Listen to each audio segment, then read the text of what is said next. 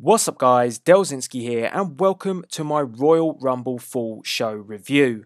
That's right, last night, Sunday the 26th of January 2014, WWE showcased one of their major pay-per-views of the year, the Royal Rumble, and I watched it live on Sky Box Office right here in the UK.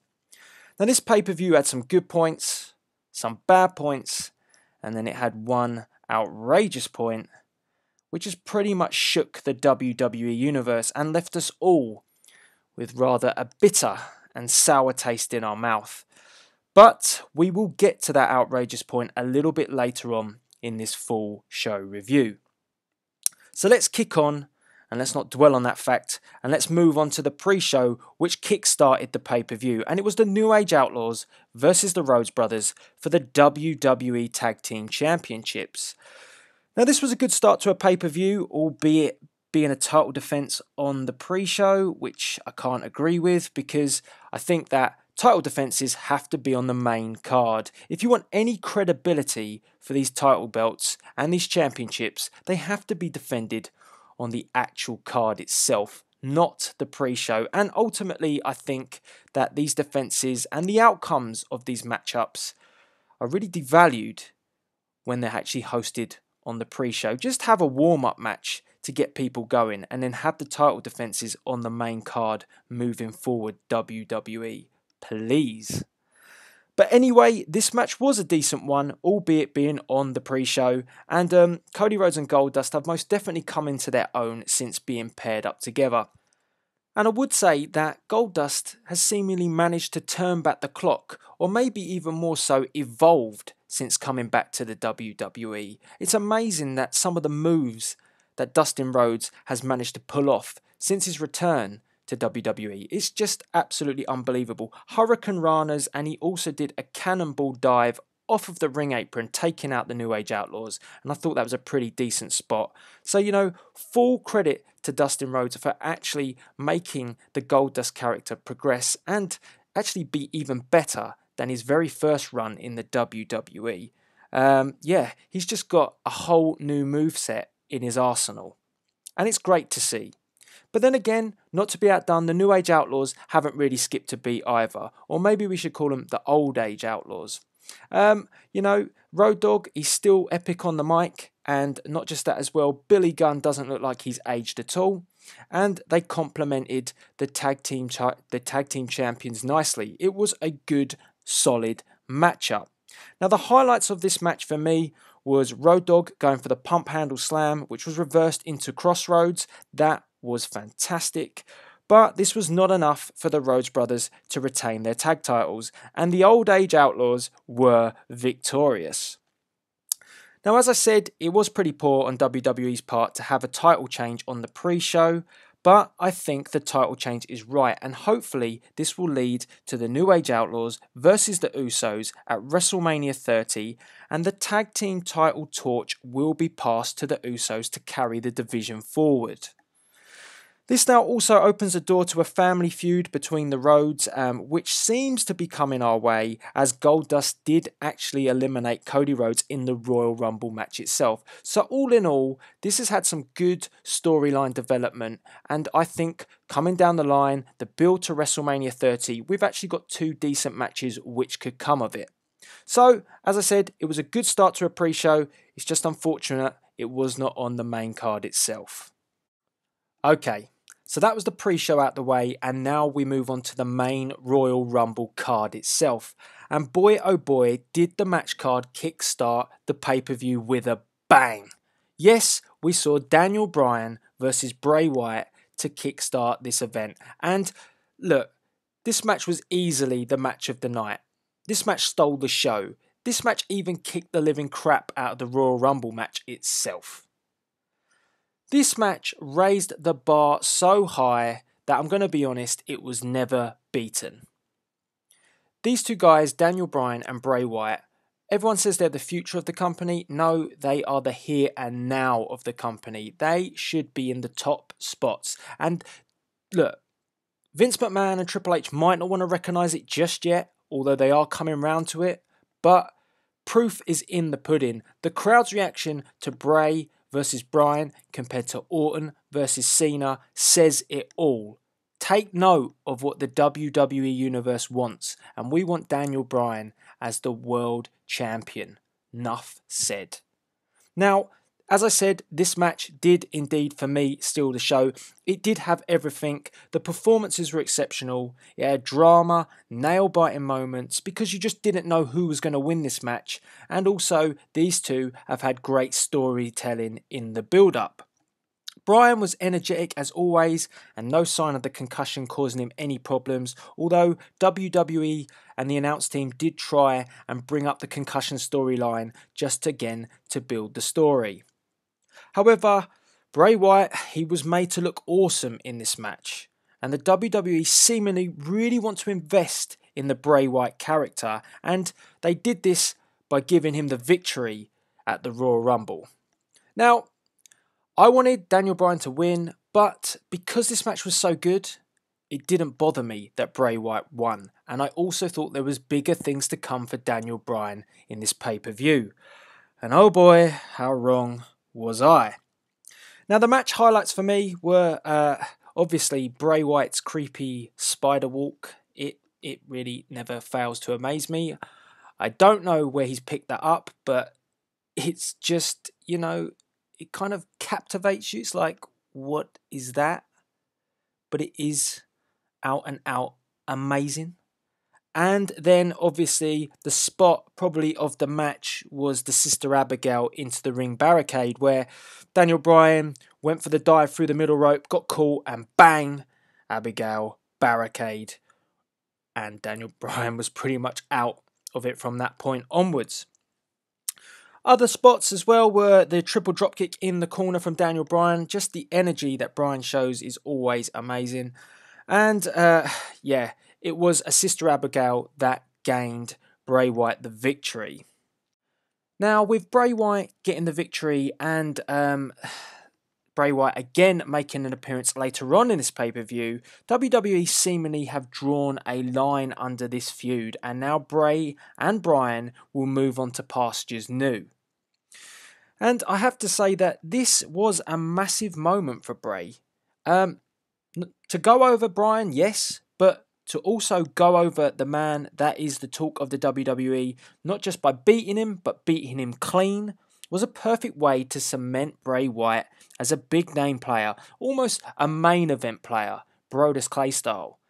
Yeah, sarcasm. But yes, it has most definitely put Bray Wyatt on the page. This feud between him and Daniel Bryan has done him all the best. Now, whether it's done all the best for Daniel Bryan, I'm not really sure. As, I was just sitting there in shock. I never really saw the Bray Wyatt victory coming, I'm going to be honest with you. But I still had faith with WWE, as I thought that his redemption would come in the Royal Rumble match itself. And as I said before, I could not have been any more wrong. Deep healing breath.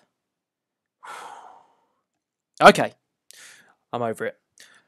Let's now look at Lesnar versus Big Show. Yes, let's look at it and then let's just think, wow, what a contrast it was from moving from Daniel Bryan and Bray Wyatt, an absolutely awesome match. We move on to Lesnar versus Show, which has had a pretty decent build over the past month. Now, I've got to say it was the most disappointing match on the card because the build has been pretty good. Now, as I said, Bray versus Bryan was a solid match. And I think here in this match, most of us expected at least about a 15-minute match here with Lesnar and Show. However, we got about 5 minutes of chair shots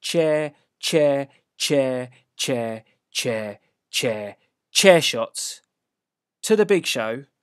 And then we just got a punch in the face from the Big Show as the bell rung. And then we got an F5, and that was all she wrote. And then we went back to chair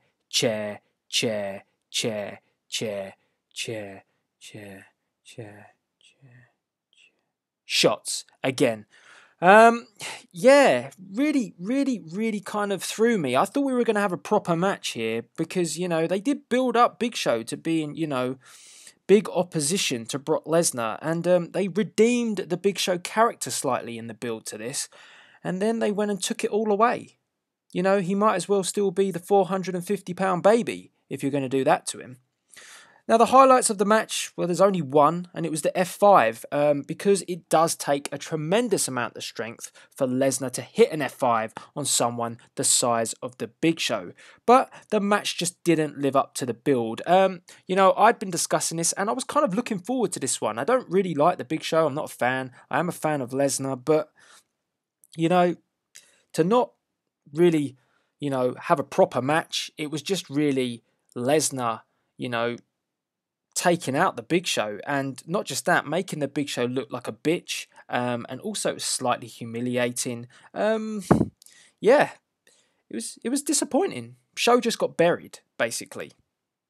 So maybe for the Big Show, the baby costume will make its return, because I can't see them doing much else with him these days. They just continually, they build him up, and his storylines never make sense. He jumps from here, there, and everywhere. And he's just, he's not utilised properly anymore. So it's disappointing. As for Lesnar, well, it did do one thing for him. It just showed that he means business. And that he does want to be the WWE Champion. And whether or not his path will cross with Batista before we go to WrestleMania 30, well, that's something to be seen. It's pretty exciting, I've got to admit. The world title picture is building. There's a lot of people after that belt at the moment, but the one that I want in the title frame is still not there yet. And it's a running theme throughout this commentary, because I think everybody feels the same with what happened to Daniel Bryan. Now, okay, away from the disappointment, but then again, entering maybe a bit more disappointment, as it was the WWE World Heavyweight Championship match between Randy Orton and John Cena. Now, I'm not going to bash this match, because I actually enjoyed the match. It was good. It was good. It was good. It was very good.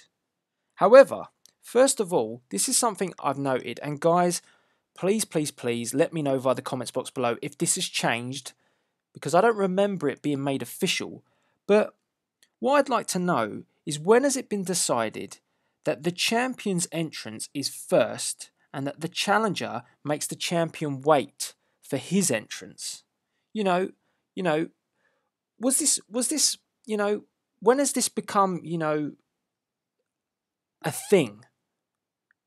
Because I always remember it that the champion came in second. The champion would make the challenger wait. This was not the case. So is this just more John Cena BS?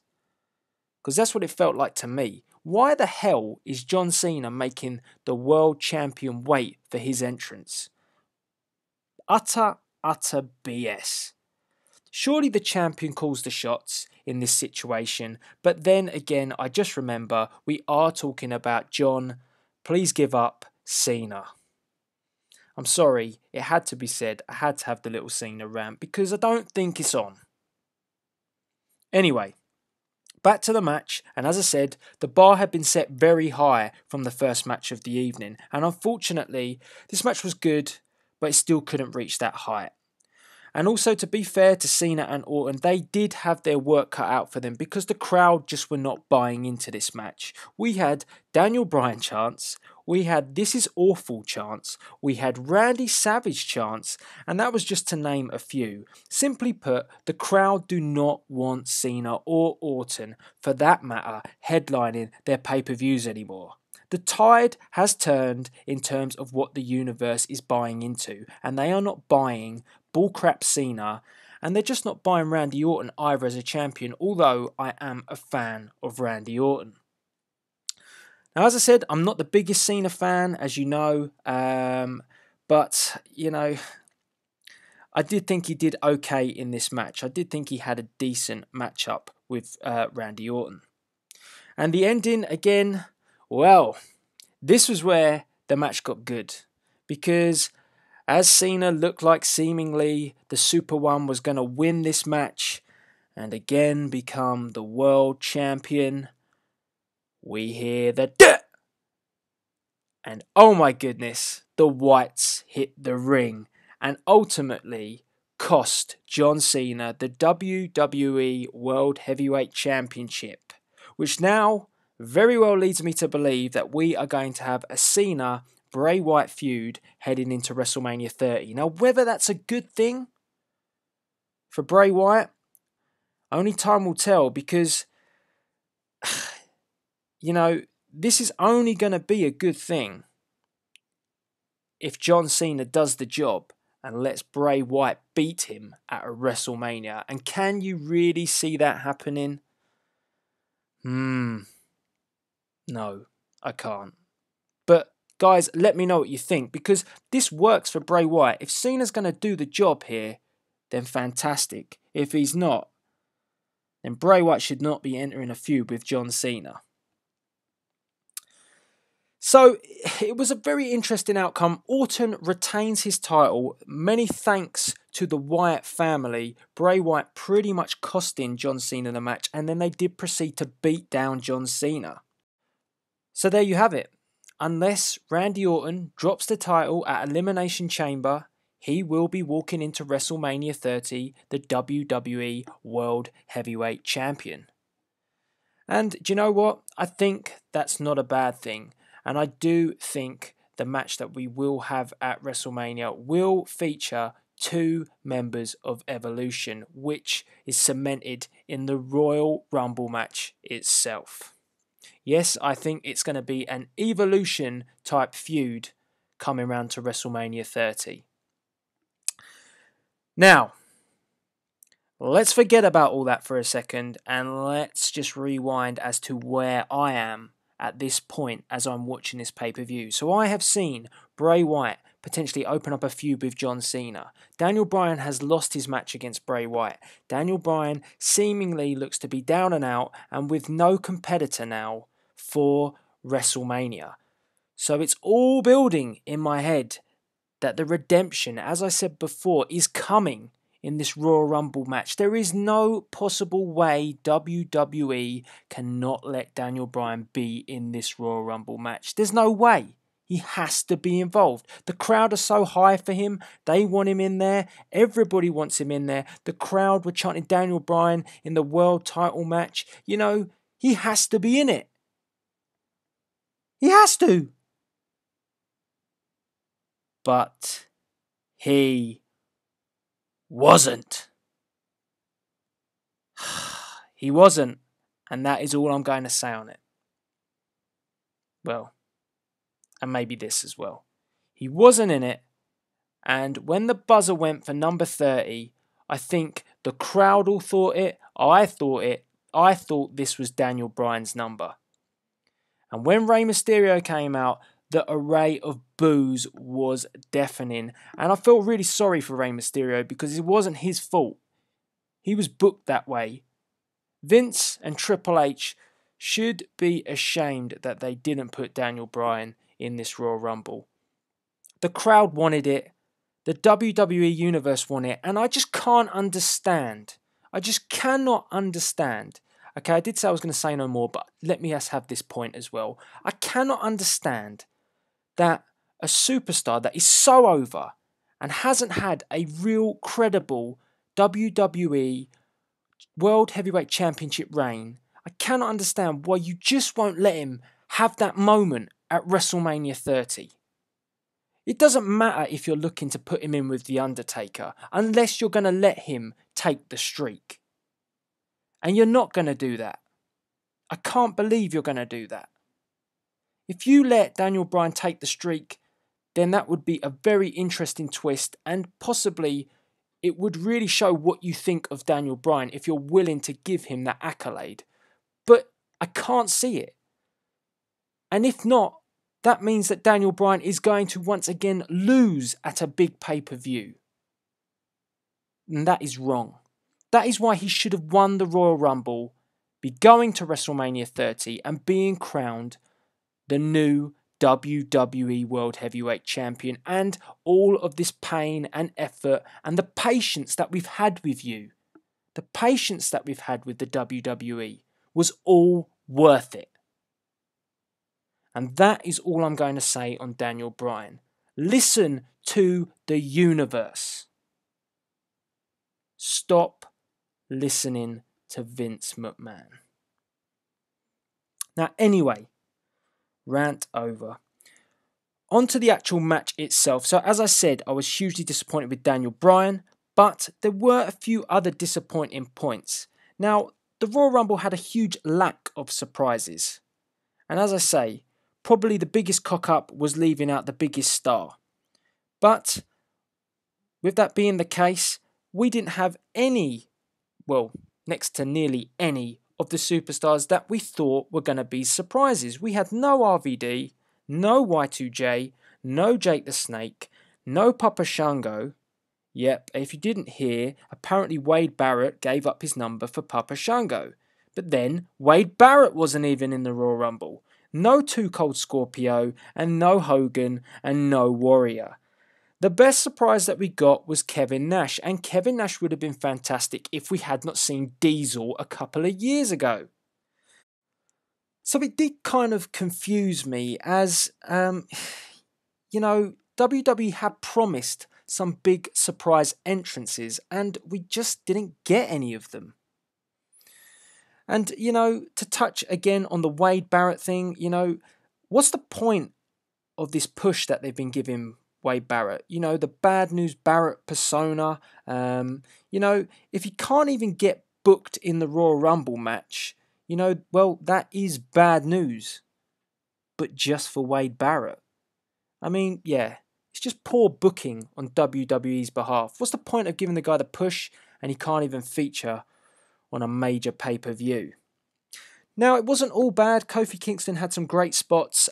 He always gets them each year now. It seems to be one of those novelty pieces that the WWE like to showcase. This year, he was dumped over the top rope, caught by Alexander Rusev, then dropped onto the barricade. Then he seemingly picked himself back up, ran along the barricade, jumps, and actually ends back up in the ring. He also had a second spot where he was on the verge of elimination by Jack Swagger, manages to take off Jack Swagger's boot and clocks Swagger round the head and gets back in the ring. So there were some good spots. It's just a shame really that Kofi couldn't make it to around about the final four because, every year they give him some promising sort of, push in the Royal Rumble, but it never comes to much after that. And they have been building Kofi quite well this year. Don't forget, he has a victory over the current WWE champion. So, it would have been nice to maybe, give Kofi that nod, but they didn't. But at least he got some good spots out of the Rumble match. Now, somebody that did get the nod and someone that did get the push, and it was expected, was Roman Reigns as he took Kane's record. That's right, Roman Reigns now has the most eliminations in a Royal Rumble match. And this was fantastic, and Roman Reigns also made it to the final two, so a lot of promise for Roman Reigns. And I did see that The Rock did tweet congratulations to his cousin for an epic performance, and he did say so close, but keep on striving and he will be there eventually. And I actually agree with The Rock. Roman Reigns has a big future in the WWE. Another interesting spot was El Torito, the little fella. He, came storming to the ring, had a few actual really funny moments, only to be then picked up by Roman Reigns, who kindly took care of him and dumped the little man over the top rope. So, yes, there were some good points and there were some bad points, but it was ultimately Batista's night. I was a little dumbfounded on JBL's inclusion, as this spot could have gone to Wade Barrett. Don't you think?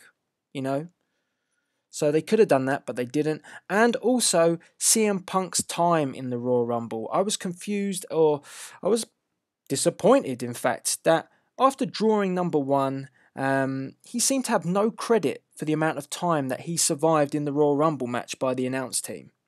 There was very little effort made to sort of build that Punk had been in there from number one. And we usually get that every year in a Royal Rumble match. Someone that draws early and survives almost to the end is almost an ongoing theme, and it is made a big deal. And this year, WWE didn't make a big deal of it. Again, it's just another slight little slap in the face to Punk. Why do they do that with him? It's bizarre. So, yeah, Punk obviously going to enter a feud with Kane. He was dumped out by Kane, unfairly. I don't know if this is good for CM Punk, but we'll see how it goes. But indeed, as I said, it was the Animal's Batista's night.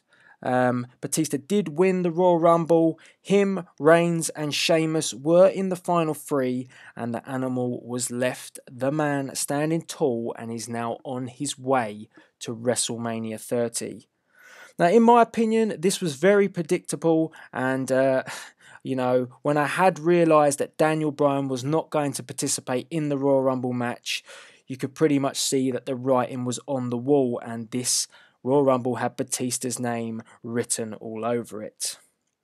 So, the only thing I can say to WWE, as if I was in control of booking and I, was watching that match, it would send alarm bells ringing to me that if a superstar like Batista has returned after 4 years to the WWE and is booed out of the arena upon winning the Royal Rumble, you most certainly know that you are doing something wrong. And that is pretty much my final thought. WWE, listen to the fans. All in all, I would say that this was actually a pretty good Royal Rumble event. But again, the Royal Rumble match itself just comes up a little bit short. Very, very predictable once we knew Bryan wasn't involved. Last year, we knew it was going to be Cena. This year, they built it so heavily that Batista was returning to win the Royal Rumble. You could not see anything less happening. The whole point of the Royal Rumble match, in my opinion, is the element of surprise is absolutely key. And again, the way that WWE have built for this Royal Rumble match, that element of surprise was lost once again. And that is 2 years in a row that has happened. So guys, I actually thought it was a good pay-per-view, but the Royal Rumble come up a little bit short. But let me know via the comments box below what you thought of 2014's Royal Rumble event. What was your favourite match? Did you think Bryan should have been in the Rumble? Are you happy with Batista going to WrestleMania 30? And let me know all your opinions and views in the comments box below. So until next time guys, all that's left to be said is please rate, comment and subscribe. This is Delzinski, signing out.